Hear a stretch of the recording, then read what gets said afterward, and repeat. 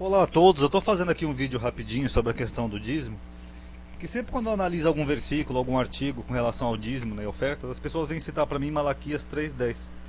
Trazei os dízimos à casa do tesouro. É um versículo tão conhecido, né, do meio pentecostal, que até nos envelopes de dízimo eles colocam esse versículo, né, Malaquias 3:10, como se isso fosse uma verdade absoluta, ou como se nós que estudamos teologia não conhecêssemos esse versículo. Então nós estamos errados. Eles compram uma ferreira de Almeida e vêm citar o versículo para poder provar que o dízimo é bíblico. Então vamos analisar algumas mentiras, né, sobre o dízimo. Se bem que todo mundo já está careca de saber, né? Só dá o dízimo quem quer hoje em dia. Enfim, é opcional. Bom, o versículo diz assim: trazei os dízimos à casa do tesouro. A casa do tesouro era um local dentro do templo. Era um local que só o sacerdote podia entrar. O dízimo é um dos preceitos da Torá, da lei, que gira em torno do templo. Então, se não tem mais templo, não deveria ter dízimo, porque os judeus sempre entregaram o dízimo no templo, ok? Outro detalhe interessante é que o dízimo ele foi instituído lá em Levítico. E o dízimo é um preceito judeu, é da lei, é da Torá. A teologia cristã, todo o cristianismo entende que a lei foi abolida, raras exceções, como os adventistas, por exemplo. Então, se a lei foi abolida, se Jesus aboliu a lei na cruz, então você não deve receber o dízimo. Por quê? Porque o dízimo é um preceito da lei. Para o judeu, a lei ainda estava em vigor. Existe 613 mandamentos da Torá, 613 mitzvot. Então, se você não segue os mandamentos da Torá, diz que a lei foi abolida, não guarda o sábado, come carne de porco, não segue as leis alimentares, etc e tal, então por que as pessoas seguem só o dízimo? Quer dizer, toda a lei foi abolida, né? Mas os dízimos continuam em vigor. Então isso, com todo o respeito, mas é simplesmente má fé. É você só seguir aquilo que lhe convém por interesse financeiro, ok?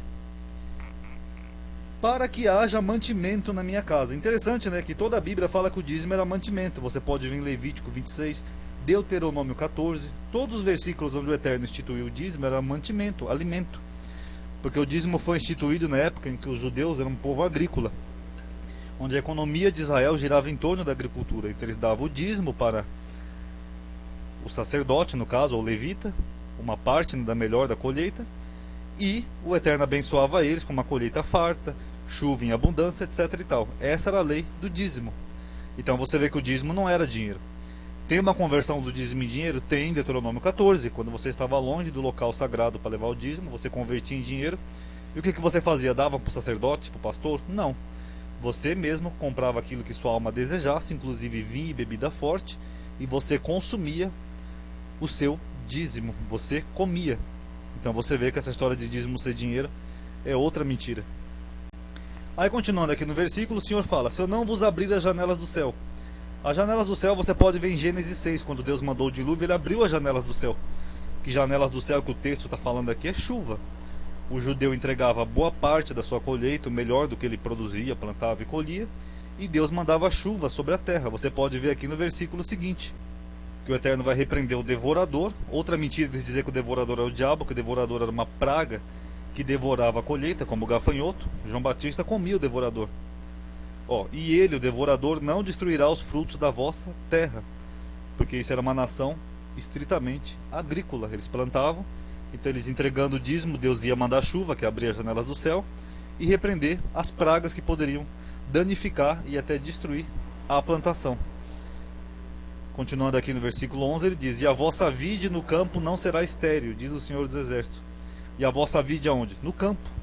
Então você vê que todo o contexto do dízimo se refere a plantação, alimento. Não tem nada a ver com dinheiro como é pregado hoje em dia. Segundo, o dízimo era feito uma vez por ano. Uma vez que o dízimo era alimento, ninguém colhe do que planta na sua plantação, seja lá o que for, todo mês. O dízimo não era mensal, era só quando eles faziam a colheita. A colheita geralmente era uma vez por ano. E tinha o dízimo trienal. O dízimo trienal não era nem para dar para o sacerdote, nem para o levita.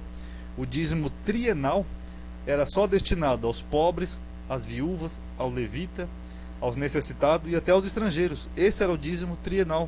Não era para dar para nenhum sacerdote. Quer dizer, uma vez a cada 3 anos, o dízimo era para ser entregue para essas pessoas. Você pode ver aqui no mesmo capítulo de Malaquias, no versículo 6, que o Eterno diz: E me chegar-me-ei a vós para juízo, serei uma testemunha veloz contra os feiticeiros, contra os adúlteros, contra os que juram falsamente, contra os que defraudam o diarista em seu salário, e a viúva e o órfão, e que pervertem o direito do estrangeiro. Você pode ver que o próprio profeta Malaquias está citando aqui, dando uma bronca nos sacerdotes, o mesmo que Deus falou. A viúva, o órfão e o estrangeiro. Inclusive Deus vai vir contra também, né, que segundo Malaquias, os que defraudam o diarista em seu salário, que é o trabalhador. Ok? Bom, continuando. Aí eles usam aqui o versículo anterior, o versículo 8, né, antes do 10, que como o irmão Rubens diz, eles adoram isolar versículo, né, a Bíblia do protestante é toda linkada. Roubará o homem a Deus? Todavia vós me roubais. E dizeis, em que te roubamos? No dízimo e nas ofertas. Aí eles falam, tá vendo, irmão? Quem não dá o dízimo está roubando a Deus. Mas quando você vai no capítulo 2, que é o capítulo anterior de Malaquias, até porque na época que Malaquias escreveu não tinha essa separação de capítulo e versículo, ele diz, agora, ó sacerdotes, este mandamento é para vós. Todo o contexto de Malaquias gira em torno dos sacerdotes. O livro todo é isso. É uma bronca que o profeta está dando nos sacerdotes. Quem está roubando a Deus? É o povo? Não, é os sacerdotes. Então vocês veem que eles isolam, né, um versículo e criam toda uma teoria por pura e simplesmente má fé. Já no Novo Testamento, o dízimo não é mandamento para o cristão, nunca foi. Você pode ver aqui, por exemplo, em Atos 2, no versículo 44 e 45, que Pedro, né, os apóstolos, quando eles pregavam, todas as pessoas que acreditavam tinham tudo em comum. O que as pessoas faziam? Elas davam o dízimo? Não. Elas vendiam suas propriedades e seus bens e repartiam com todos, segundo cada um havia de mister, ou seja, segundo a necessidade de cada um. Então você vê que a igreja do primeiro século, eles davam os bens para os apóstolos, vendiam, pegavam o dinheiro, jogavam lá nos pés dos apóstolos. O que os apóstolos faziam? Eles compravam casa com esse dinheiro, compravam um carro, tinham uma vida farta e próspera? Não, eles repartiam com toda a comunidade cristã. Esse capítulo 2 de Atos 45 é um registro histórico da igreja primitiva. Então você vê que no Novo Testamento você não vê em nenhum momento essa lei do dízimo como nós vemos hoje, né, em algumas denominações, sendo feita dessa forma. Ao contrário, eles pegavam ofertas, bens das pessoas, vendiam e repartiam com cada um. Então a pessoa que fala, não, mas o dízimo vale até hoje porque Abraão deu dízimo, porque o dízimo é bíblico e não sei o que, a pessoa está ignorando até o contexto histórico da Bíblia. Porque ou segue a lei dos judeus, que dizem que a lei foi abolida, então faz tudo exatamente conforme manda a lei, dá a parte do órfão, do estrangeiro, do necessitado, etc e tal, ou faz que nem a igreja primitiva fazia, esquece o dízimo, pega as ofertas e reparte com toda a comunidade cristã. Só mais um exemplo que eu vou citar para vocês, aqui no capítulo 3, Pedro, tem um homem coxo lá na porta do templo, o homem coxo pede uma esmola para Pedro. Aí no versículo 6, aqui é Atos 3, tá pessoal? Pedro diz, eu não tenho prata e nem ouro. Engraçado, né, que eles dizem que os apóstolos recebiam oferta, que os apóstolos pregavam sim o dízimo, e é engraçado que Pedro não tinha prata e nem ouro. Então você vê que as pessoas que defendem o dízimo, elas agem pura e simplesmente por má fé, porque querem viver da renda dos outros. O cara trabalha lá o mês inteiro, em vez dele pegar o pão, pegar o dinheiro e comprar carne para a filha dele, comprar leite para as crianças, comprar comida, ele vai lá dar 10% do dinheiro que ele trabalhou o mês inteiro para ganhar, para dar para um pastor que diz que é um ungido de Deus. Sendo que Pedro, que era realmente ungido, foi o líder dos apóstolos, Pedro não recebeu nada, ele não tinha nem prata e nem ouro.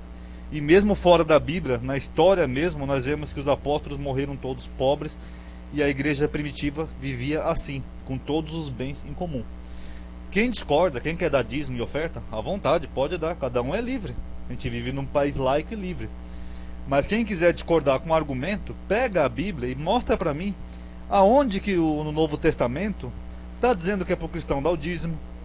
Aonde que diz no Novo Testamento que os apóstolos ganharam ou deram dízimo? Pedro, Paulo, Tiago, Judas, Matias, qualquer um. Mostra para mim, ó, aqui Tiago está dando dízimo. Não existe. Pega os documentos do primeiro século, da história da igreja, da patrística, da história contemporânea mesmo, sem ser, da história secular, sem ser a história bíblica, e mostra onde que diz um versículo sequer que os apóstolos impuseram o dízimo aos gentios ou receberam o dízimo dos gentios, porque o dízimo até então é um preceito judeu, criado para os filhos de Israel, é uma mitzvot, e nunca foi instituído aos gentios. E se for, então, mostra por que os apóstolos não receberam, não pegaram, por que eles faziam esse sistema próprio, diferente de ofertas, porque das duas uma, então, ou eles desobedeceram então a lei do dízimo, porque eles não recebiam dízimo, ou então eles não entendiam isso. Foi preciso vir a reforma pentecostal, quase 1600 anos depois, foi quando começou as origens dessa reforma, para poder ensinar pra gente que o dízimo é bíblico e pro cristão. Sinceramente, pessoal, com todo respeito, é pura e simplesmente má fé, ok? Paz a todos.